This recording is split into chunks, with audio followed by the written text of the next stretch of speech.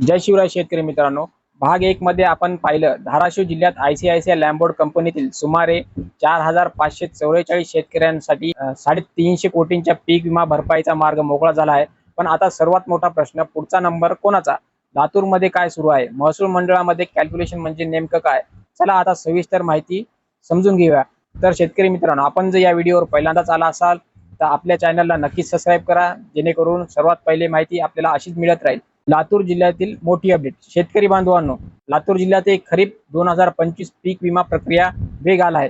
पीक कापणी प्रयोग, उत्पादन अहवाल, महसूल विभागाची माहिती यांच्या आधारे पीक विमा कंपनी डेटा तयार करत आहे। म्हणूनच अनेक शेतकरी म्हणत आहेत, आमच्या गावाचं कॅल्क्युलेशन झालं, परंतु अधिकृतरित्या तालुकानिहाय लाभार्थी यादी अजून प्रसिद्ध झालेली नाही। लातूर जिल्ह्यातील प्रमुख तालुके। आता लातूर जिल्ह्यातील शेतकऱ्यांनी लक्ष देऊ नये का?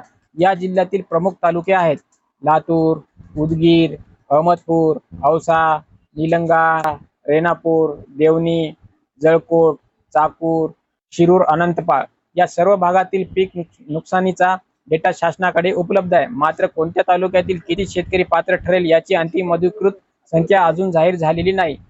कॅल्क्युलेशन म्हणजे काय?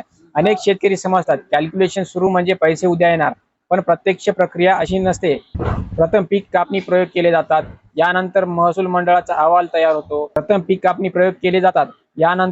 महसूल मंडळाचा अहवाल तयार होतो, त्यानंतर विमा कंपनी सर्व माहितीची पडताळणी करते, यानंतर राज्य शासन अंतिम मंजुरी देते आणि शेवट पात्र शेतकऱ्यांच्या खात्यात भरपाई जमा केली जाते।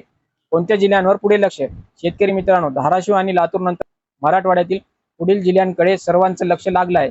विशेषतः बीड, परभणी, हिंगोली, नांदेड, जालना, छत्रपती संभाजीनगर या जिल्ह्यांबाबत नवीन अधिकृत अपडेट कोणत्याही वेळी येऊ शकतो। शेतकऱ्यांनी आताच काय करावं? तुमचा पीक विमा मंजूर होण्याची प्रक्रिया सुरू असेल तर आजच्या गोष्टी तपासा। बँक खाते ऍक्टिव्ह आहे का? आधार कार्डशी नाव आणि बँकेचे नाव जुळत आहे का? मोबाईल नंबर सुरू आहे का? पीक विमा अर्जाची पावती तुमच्या जवळ आहे का? या छोट्या गोष्टींमुळे पुढे अडचण येत नाही। सर्वात महत्त्वाची गोष्ट, सध्या सोशल मीडियावर आज पैसे जमा सर्व तालुक्यांची यादी, महसूल मंडळ पूर्ण अशा अनेक पोस्ट व्हायरल होत आहेत, परंतु अधिकृत आदेशाशिवाय कोणतीही माहिती अंतिम समजू नका। भाग 2 आपण पूर्ण बघितला आहे। भाग 3 मध्ये आपण पाहणार आहोत धाराशिवच्या शेतकऱ्यांना खात्यात पैसे कधी येऊ शकतात, पुढील प्रक्रिया किती दिवस चालेल, पुढील मोठी अपडेट कोणती असू शकते। शेतकरी मित्रांनो, ही जर माहिती आवडली असेल तर आपल्या व्हिडिओला लाईक करा आणि चॅनलला नक्की सबस्क्राईब करा, जेणेकरून अशी अधिकृत माहिती आपल्याला वेळोवेळी मिळत राहील। तर शेतकरी मित्रांनो, जर व्हिडिओ आवडला असेल तर व्हिडिओला लाईक करा आणि चॅनलला सबस्क्राईब करा। धन्यवाद। जय जवान, जय किसान।